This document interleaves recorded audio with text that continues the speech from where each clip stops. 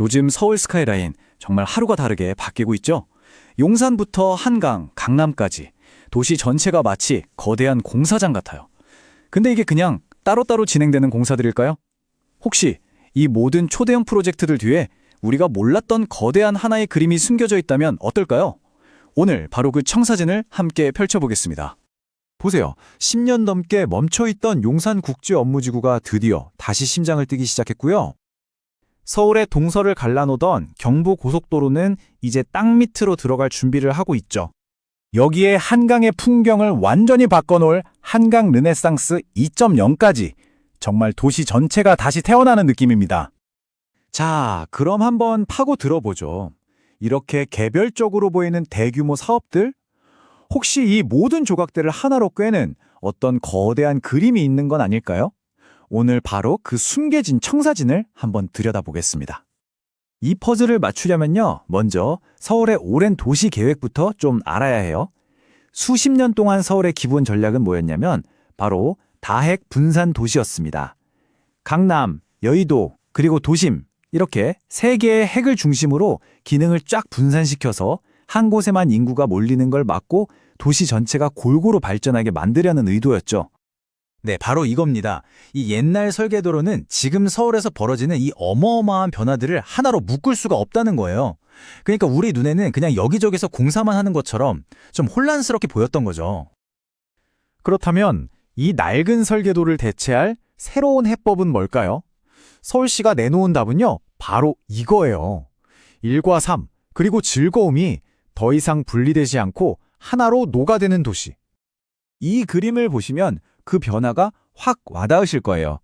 왼쪽의 옛날 모델처럼 도시 기능을 따로따로 섬처럼 떼어놓던 방식에서 이제는 오른쪽처럼 이걸 전부 다 하나로 엮어버리겠다는 거거든요. 이건 정말 생각의 틀을 완전히 바꾸는 겁니다. 그 중심에 있는 개념이 바로 직주유입니다. 말 그대로 일하는 곳 직, 사는 곳 주, 그리고 노는 곳 유의 경계를 허물겠다는 건데요. 여기서 진짜 가장 혁신적인 부분은 바로 이 마지막 글자 유에 숨어 있습니다. 바로 이 유예요. 이게 그냥 우리가 생각하는 논다, 오락 이런 단순한 개념이 아니에요. 문화, 휴식, 여가가 다 어우러진 유락이라는 훨씬 더 깊은 뜻을 담고 있습니다. 한마디로 도시의 매력 자체를 설계하겠다는 거죠. 사람들을 끌어당기고 머물게 하고 또 오고 싶게 만드는 바로 그 힘 말이에요. 그리고 이 그래프를 보면 왜 유락이 중요한지가 딱 보입니다. 자, 보세요. 업무 기능만 있는 지역은 주말만 되면 활동 인구가 뚝 떨어지죠. 거의 유령 도시처럼 변해요. 하지만 유락이 결합된 곳은 주말에도 사람들로 북적입니다. 도시가 24시간 일주일 내내 살아 숨쉬게 하려면 이 유락이 정말 필수적이라는 증거죠. 사실 이런 고민 서울만 하는 건 아닙니다. 이미 세계적인 도시들이 앞서서 시도했고 성공했죠. 서울은 바로 그들의 성공 방정식에서 힌트를 얻고 있는 겁니다. 첫 번째 롤모델, 바로 가깝고도 먼 나라 일본의 도쿄입니다.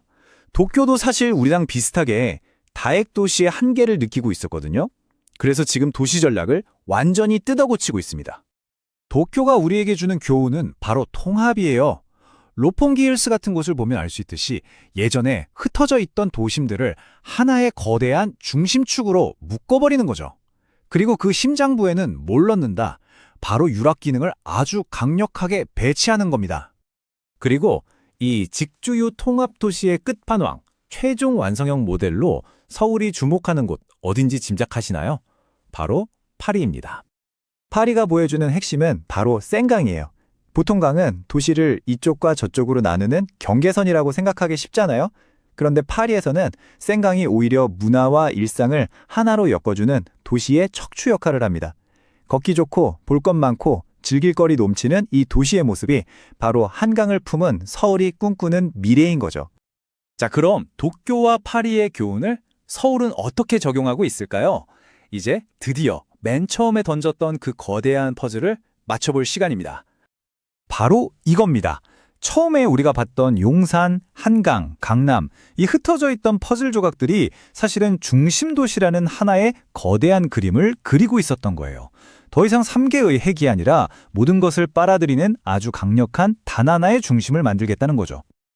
그리고 이 거대한 중심을 하나로 엮어줄 4개의 축이 바로 이 계획의 뼈대입니다.